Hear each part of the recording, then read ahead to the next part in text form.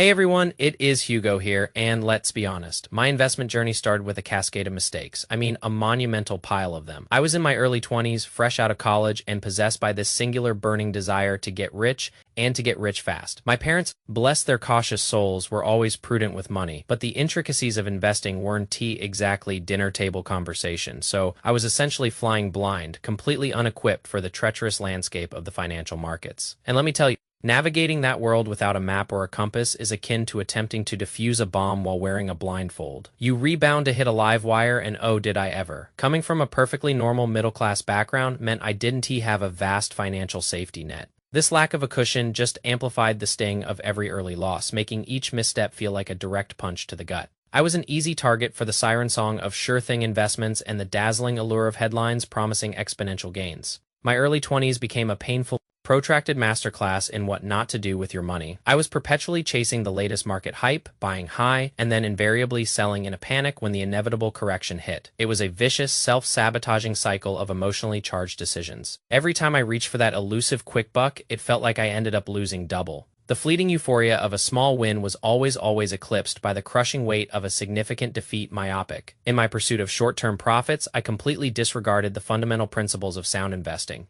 the importance of a long-term perspective, and the very real, often brutal, risks involved. The market, I discovered, has no sympathy for your emotional roller coasters. Day trading your way to wealth for someone like me was a surefire path to an empty bank account. I was so utterly naive, swallowing every unsubstantiated tip and rumor, convinced I was privy to some secret insider knowledge, when in reality it was just terribly expensive noise. And then there were the scams. The scams, you hear about them, you scoff, that LL never happened to me. And then it does. I didn't just fall for one. I stumbled into a couple of classic high-yield, low-risk schemes. On paper, they looked absolutely brilliant, too good to be true, and true to form they were. The seductive promise of effortless wealth completely blinded me to the glaring red flags waving frantically in front of my face. I ignored that nagging intuition, that small, sensible voice in the back of my head whispering, "Run, Hugo, run." I was so fixated on that colossal payout, that instantaneous gratification, and I paid for it dearly. This was a painful yet ultimately invaluable lesson. If it sounds too good to be true, it almost certainly is. Always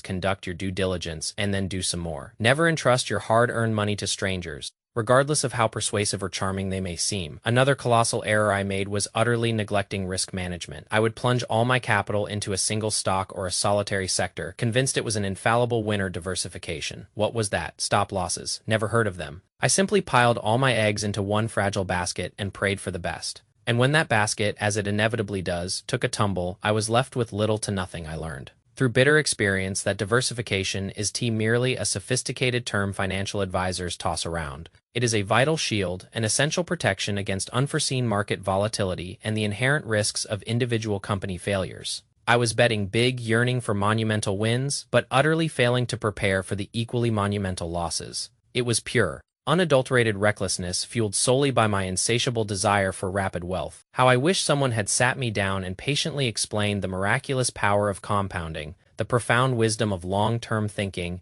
and the absolute non-negotiable necessity of astute risk management. Instead, I learned these harsh truths by watching my account balances dwindle, a slow, agonizing bleed. Emotional trading that was perhaps the most damaging of all. I'd swell with excitement when the market soared, often succumbing to unbridled greed and buying even more at the peak. Then when the inevitable correction began, panic would seize me and I'd decapitulate, selling at the absolute bottom, thereby crystallizing my losses. It was an exhausting, financially ruinous emotional roller coaster. My bank account, predictably, bore the full brunt of my erratic emotional swings. I was reacting impulsively to fleeting headlines, to the pervasive fear of missing out FOMO, rather than adhering to a well-thought rational strategy. Allowing my emotions to dictate my financial decisions was, in hindsight, as sensible as entrusting the keys to a sports car to a toddler. A crash was not just probable, it was inevitable. I desperately needed to learn to decouple my emotions from my investments, to cultivate a sense of calm amidst widespread panic, and to exercise patience when others were feverishly chasing ephemeral gains. These were all excruciatingly hard lessons. I am talking about losing a significant portion of the money I had painstakingly saved. It was, quite frankly, soul-crushing. There were moments I genuinely contemplated abandoning investing altogether, convinced I was somehow cursed when it came to money. But eventually that profound frustration transmuted into an unyielding determination to learn, to truly understand, and to finally do it right.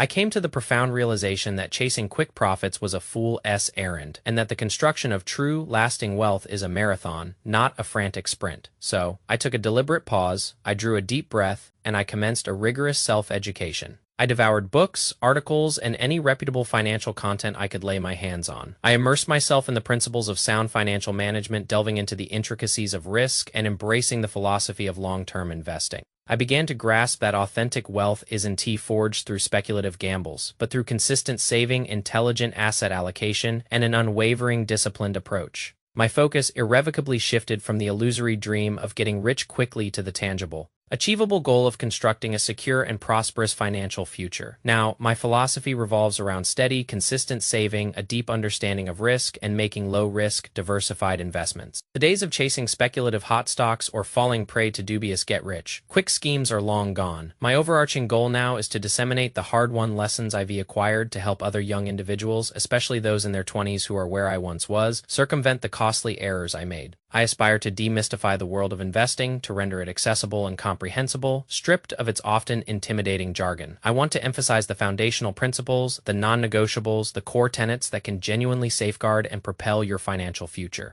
I am frequently asked about specific withdrawal sequences for retirement, and to be candid, it is a complex puzzle with no singular, universally applicable solution. However, drawing from my own arduous journey and observing countless others making similar blunders, here's what I've distilled. A vast majority of people, myself included in my younger, more impetuous days, tend to exhaust their readily accessible cash or after-tax brokerage accounts. First, the rationale feels inherently safe, right? You're not touching those sacrosanct retirement accounts. But here's the critical, often overlooked caveat. If a substantial portion of your wealth resides in pre-tax accounts, like a 401k or a traditional IRA, these accounts transform into formidable tax bombs in your later years. When you enter retirement, particularly if your earned income has ceased, you often in a significantly lower tax bracket than during your working career. This, my friends, is your golden fleeting opportunity to strategically draw from those pre-tax accounts or to execute Roth conversions, with the specific aim of filling up those lower tax brackets. If you simply allow these accounts to balloon until required minimum distributions, RMDs, are mandated, you could be compelled to withdraw colossal sums, catapulting you into higher tax brackets and potentially triggering additional penalties, such as Medicare or MA income related monthly adjustment amount.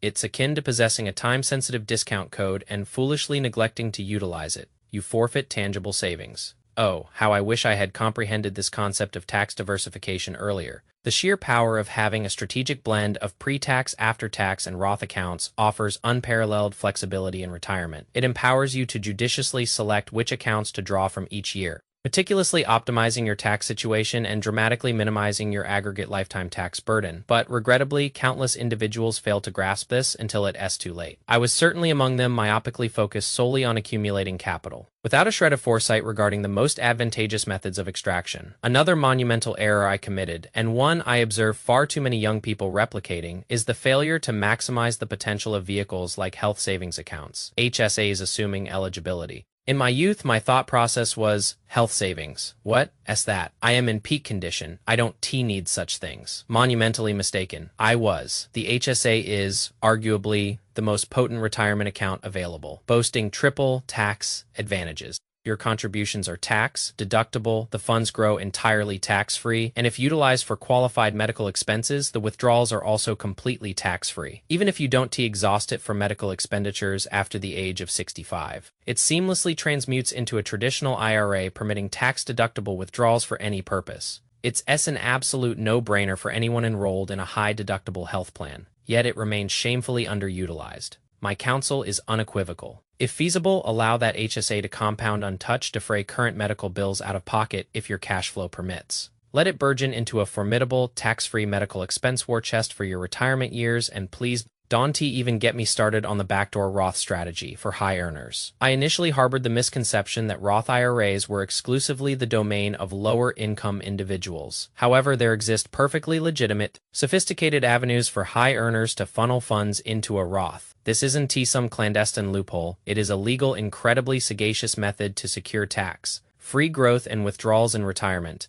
provided one comprehends and navigates the nuanced rules, particularly the pro rata rule. Many forgo this immense advantage because they are either unaware of its existence or have inadvertently complicated matters by rolling archaic 401(k)s into traditional IRAs, which introduces significant complexities. A pivotal lesson I absorbed was the indispensable need to thoroughly comprehend one's personal goals, spending patterns, and projected tax landscape in retirement. Wealth building transcends mere capital accumulation. It profoundly concerns the strategic orchestration of that capital to both mitigate taxes and elevate your quality of life. This necessitates meticulous projections, informed estimations, and ideally, the partnership with a skilled financial planner employing sophisticated software to model myriad withdrawal scenarios. I naively once believed it was solely about astute investment selection, but the reality is far more intricate and multifaceted. Another glaring pitfall, intimately linked to my erratic emotional trading days, is the deluded belief that one can consistently time the market. I've attempted it, I've failed spectacularly. The market is an inherently capricious beast, and endeavoring to leap in and out based on fleeting headlines or gut instincts is an infallible recipe for financial catastrophe. It is unequivocally about time in the market, not about timing the market. For those nearing retirement, cultivating a diversified portfolio that meticulously accounts for sequence of returns risk is paramount. Enduring substantial losses early in retirement, precisely when you reinitiating withdrawals, can catastrophically impair the longevity and solvency of your portfolio. This mandates the prudent establishment of a cash bucket or the allocation of a highly conservative segment of your portfolio to cover several years of expenses, thereby insulating your growth assets from being liquidated at a loss during a market downturn. I lament not having grasped this crucial concept of portfolio bucketing sooner. It would have spared me immense stress and significant financial erosion. I've also observed and been intimately acquainted with individuals who needlessly prolong their working careers. They've amassed ample wealth, yet they are paralyzed by the fear of cessation, fear of the unknown post, retirement, fear of severing the umbilical cord to a regular paycheck. It is as much a psychological barrier as a financial one. The tragic consequence is often the forfeiture of invaluable years during which strategic tax planning could have been executed, years where their income might have been lower, thereby facilitating advantageous Roth conversions or calculated withdrawals at favorable tax rates. They persist in working, frequently delaying their retirement only to confront an even more onerous tax burden on their pre-tax accounts later in life. And let us not overlook the elephant in the room: healthcare and retirement, specifically Medicare. It represents a colossal, often concealed financial liability, and countless individuals, including my younger self, simply fail to comprehend its complexities. The judicious selection of the appropriate Medicare plan, the nuanced understanding of Medicare supplements versus Advantage plans. These decisions hold immense ramifications, particularly as one ages and inevitably grapples with more prevalent health challenges. I've been inundated with harrowing accounts of individuals ensnared in restrictive Medicare Advantage plans, plans that arbitrarily limit their choice of physicians or demand arduous prior authorizations, only to discover when genuinely ill that they are denied the critical care they require. It is imperative to prioritize your healthcare planning for retirement, as its mismanagement can become an absolute financial wrecking ball. Finally, the pivotal decision of when to claim Social Security, another intricate puzzle, many impelled by short-term thinking. Elect to claim benefits at the earliest possible age of 62, under the misguided assumption that they can invest the proceeds and outperform the inherent growth of their Social Security benefit. While such a strategy might have yielded ephemeral success in specific market conditions, it remains an exceedingly high-stakes gamble. Social Security benefits accrue significantly, at a rate of 8% per annum for every year you defer claiming past your full retirement age up to the age of 70. This represents a guaranteed inflation-adjusted return